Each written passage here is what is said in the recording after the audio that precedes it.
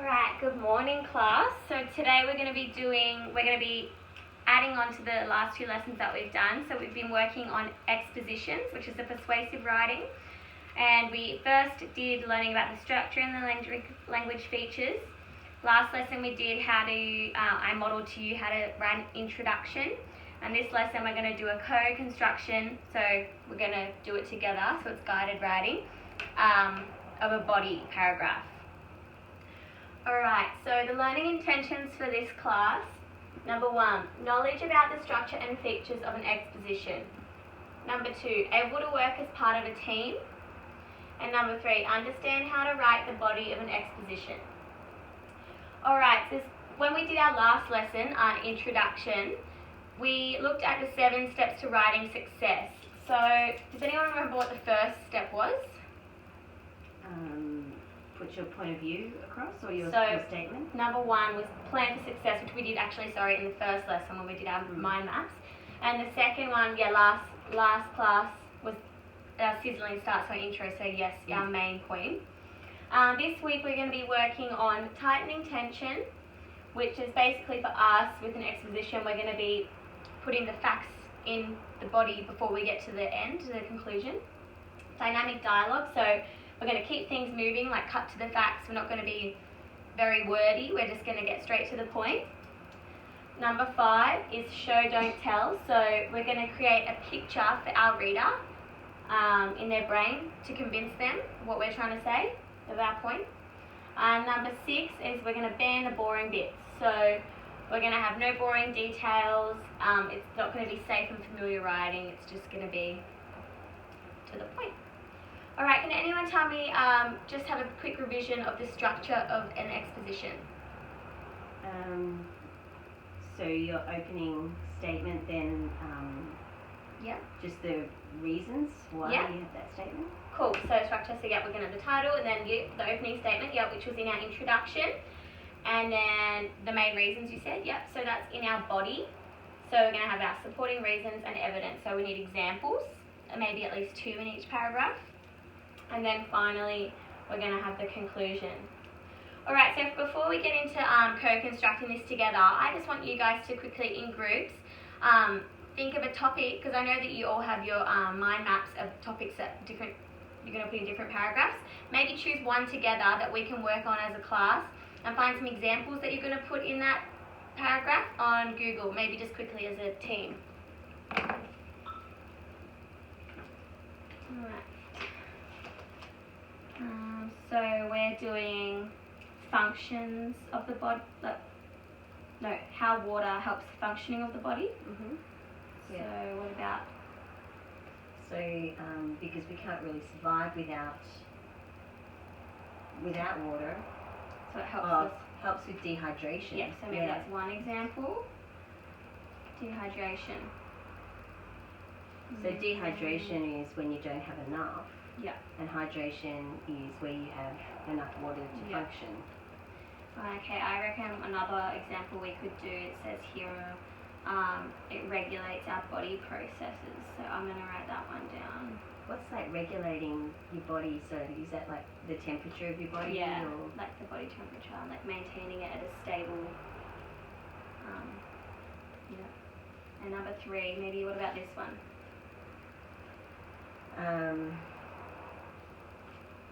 This one here? Yeah, so this one, it would be like removes toxins from your body. So I guess flush it out, I guess. We've got 3 examples then. Dehydration, regulate body processes, and remove the toxins. So, cool. Alright class, how did we go? Do you get some good examples for your body? Yeah. Yeah? Alright, let's start with this group here. We're going to do what your topic is as a class. So, what is your paragraph going to be on? Our paragraph's on hydration or dehydration. The functioning of the body. Example. Yes. Functioning of the body. Yep, okay, so we're going to do how water benefits. How water benefits the functioning of the body, okay. So within our paragraphs, we're always going to have an opening sentence. We're going to have an expansion on that sentence, maybe at least 2 examples, and then a closing sentence. So about 5 sentences for a paragraph, at least. Alright, so how do we want to start our paragraph saying how water benefits the functioning of our bodies? We need to make it sound really important so that it's really vital. Yeah, so maybe we could say water is a vital resource. What would we say after that? We can't survive without water.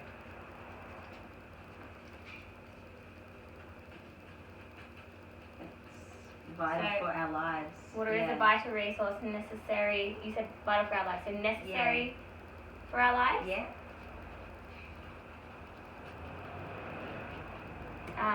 Because we can't survive without it. Okay, let's just do a comma there.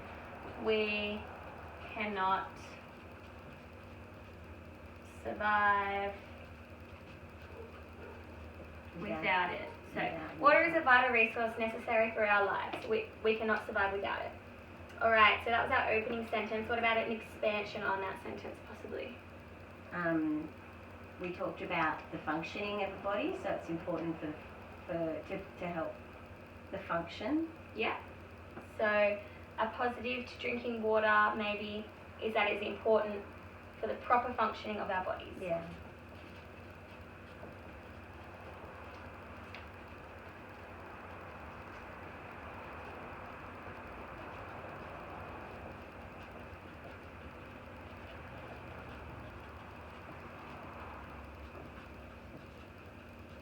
What was I saying? Positive to drinking water is that it is important for the proper functioning of our bodies. Proper functioning of our bodies.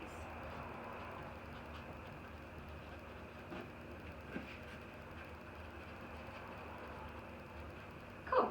Alright, so we've got 2 opening sentences basically. We now need an example. Dehydration is an example. Yeah, so it prevents the dehydration, like it stops us getting thirsty and yeah. So maybe we could say water prevents us from dehydration. Yeah.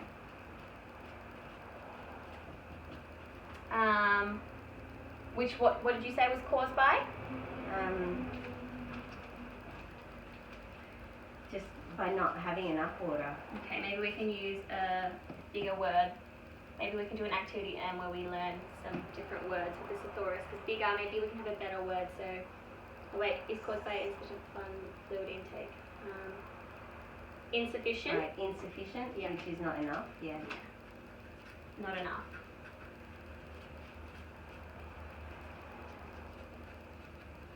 Alright, another example?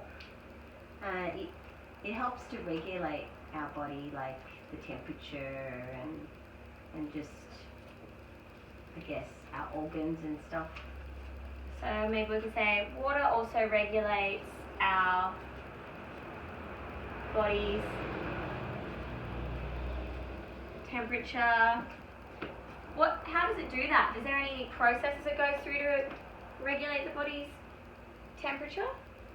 Oh, when you play sport in that, you sweat a lot. Yeah. So we got through sweating. Is there another example possibly you could put in that sentence? Yeah, we found the word digestion, like digestion helps as well. Cool. So water also regulates our body temperature through processes such as sweating and digestion, was it? Yeah. Cool. Do you have another example, or do you want to end it there?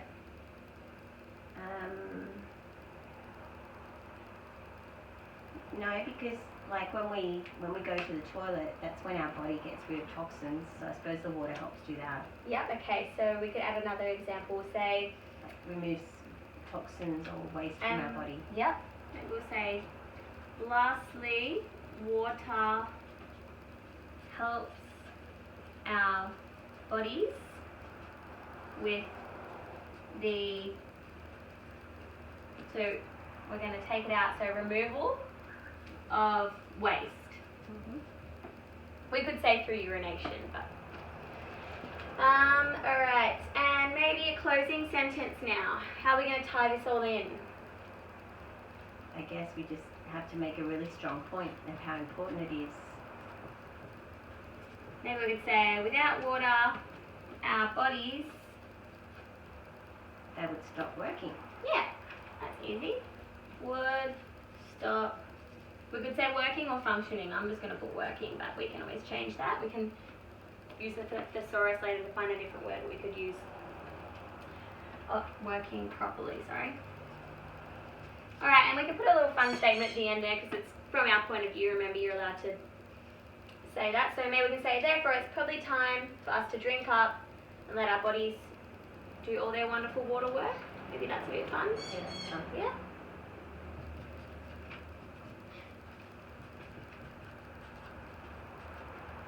I probably shouldn't use the word probably again. Maybe I should say therefore it is time to drink up. I don't want to be too repetitive with the words that we use. Other words properly. Oh yeah. Thank you. But if you use probably, it doesn't sound like a strong statement anyway. Okay. Do you think? Yeah, no. We should be doing it.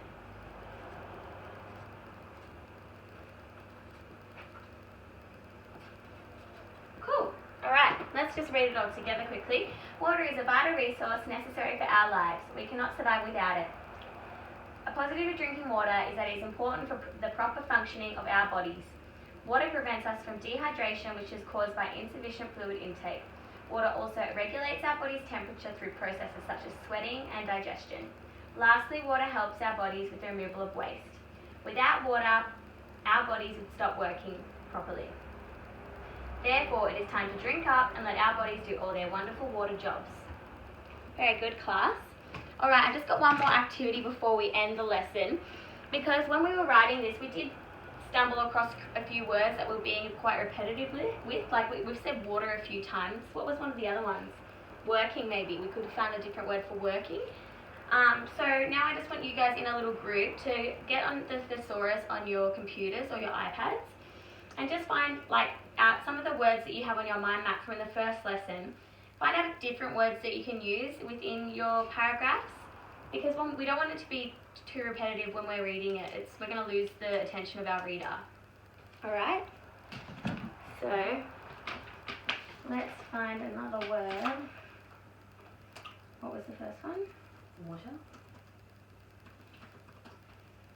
I'm not sure if that'd be a very good one for that. Or H2O. Oh yeah, we could use H2O.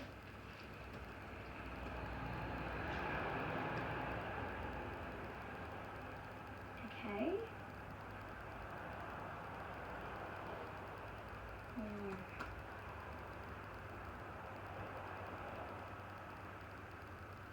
So yeah, we've got H2O, aqua. Mm-hmm. That's quite the only two. Let's try working. We got functioning, dynamic. Well, that's a pretty good one too. Moving, operating. What would be another word that we could have changed? The word functioning, maybe? I don't know.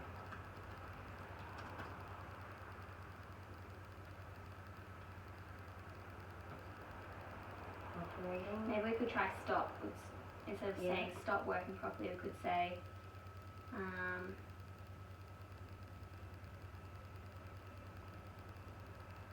end, or pause, or we could use it differently in a sentence. Instead of saying stop working properly, we could change the sentence.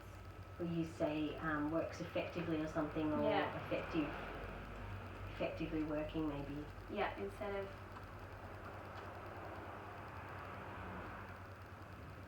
we could say, instead of effective, we could say efficient, Efficient, or powerful. Yeah. Alright class, so how did you go finding some different words with the thesaurus? We thought maybe you could replace water with H2O. Yeah, that's a good example, because you are using water quite a few times throughout this paragraph, and if you're writing a whole exposition on it, you're definitely going to be using it a lot. So yeah, that's very good that you've done that activity. Said aqua. Aqua. Yeah. Didn't think of that one. So with that activity, hopefully you've got some ideas because you're going to be going on next class to writing your own exposition. So hopefully you can use the thesaurus like you did this lesson if you feel like you've been writing it down a few too many times, and just to make it easy reading. Thanks, class.